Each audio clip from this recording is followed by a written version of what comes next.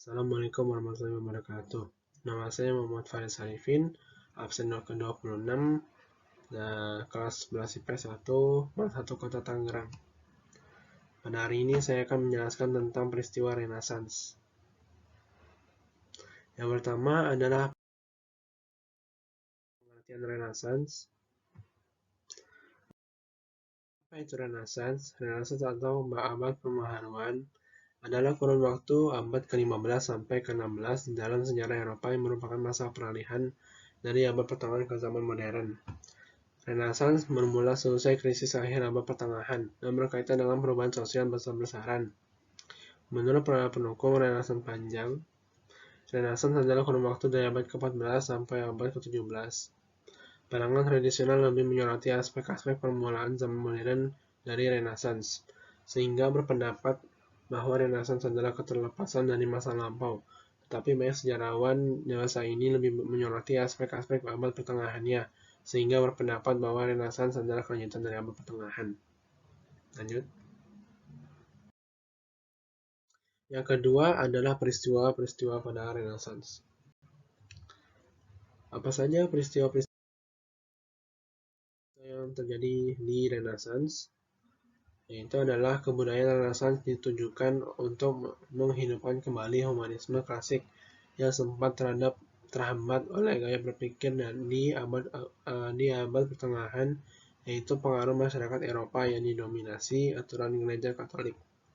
Humanisme Renaissance penekanannya pada individualisme yang menganggap manusia sebagai pribadi yang perlu diperhatikan, bebas untuk berbuat sesuatu dan menganut keyakinan tertentu. Gagasan ini mendorong tindakan manusia melalui kecerdasan dan kemampuan individu dalam segala hal. Sebagai manusia yang dicita-citakan humanisme Renaissance yaitu manusia universal. Renaissance atau abad pembaharuan pada abad 14 sampai 17 merupakan zaman peralihan dari abad pertengahan ke zaman modern. Pada abad ini, abad ke-15 dan seterusnya ditandai dengan pemakaian kertas dan penemuan barang metal, yang menyebabkan mudahnya penyebaran kebudayaan Renaissance secara perlahan dari Florence, Italia ke bagian Eropa lainnya. Lanjut. Yang ketiga adalah faktor-faktor terjadinya Renaissance.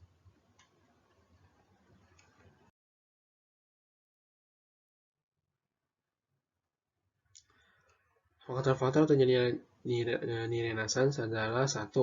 Interaksi antara budaya-budaya yang berbeda. Sebelum Renaissance, Eropa mengalami zaman pertengahan yang ditandai dengan kuatnya tradisi feodalisme dan adanya pengaruh besar agama Katolik dalam kehidupan masyarakatnya.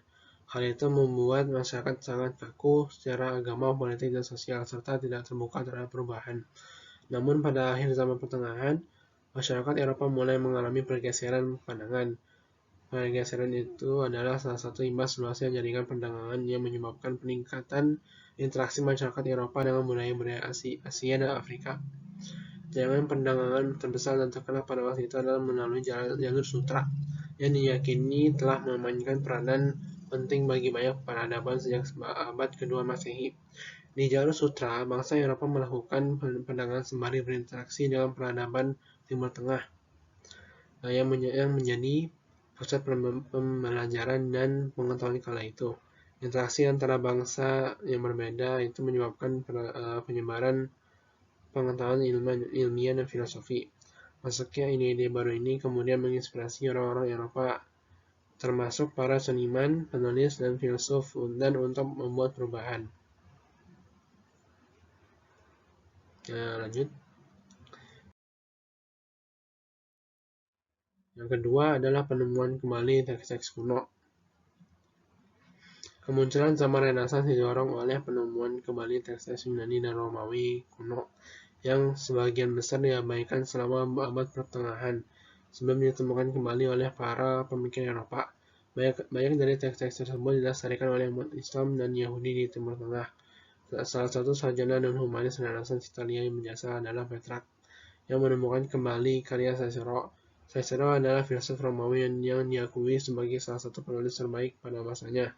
Penemuan kembali teks Cicero pada abad ke-14 dari dianggap sebagai percikan Renaissance di Italia dan mengilhami para sarjana Eropa lainnya untuk meniru Petrarch, yakni melihat kembali teks kuno. Yang ketiga adalah berkembangnya semangat humanisme. Pada abad pertengahan, pemikiran individu kurang dihargai, sedangkan kebenaran diukur berdasarkan kebenaran gereja. Semangat humanisme menggunakan teks-teks dari zaman kuno untuk menyebarkan pandangan yang tidak terlalu fokus pada dunia keagamaan. Humanisme menonjolkan gagasan bahwa manusia sebagai individu bebas menentukan pilihan dan layak mendapatkan penghargaan atas capaiannya dalam pendidikan, seni, sastra, maupun ilmu pengetahuan. Singkatnya, gerakan humanis yang didirikan oleh Petrarch memandang dunia berdasarkan logika dan akal manusia.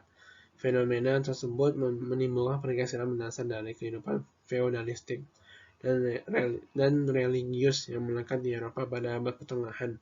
Oleh karena itu, tindakan Petrarch dianggap penting bagi kemunculan dan pengembangan Renaissance. Lanjut.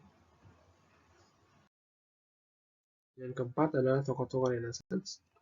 Siapa saja yang terlibat pada peristiwa Renaissance? Yang pertama adalah Leonardo da Vinci, yang kedua adalah Francis Bacon, yang ketiga adalah Galileo Galilei, yang keempat René Descartes, yang kelima adalah Petrarch. Lanjut. Yang kelima adalah dampak-dampak Renaissance. Apa saja dampak Renaissance? Yang pertama adalah bidang seni dan ilmu pengetahuan, yang kedua adalah bidang pendidikan dan sejarah, yang ketiga adalah bidang politik, dan terakhir adalah tumbuhnya kesadaran akan kebebasan dan kemandirian individu. Baik, itu saja dari saya. Sekian dari saya. Wassalamualaikum warahmatullahi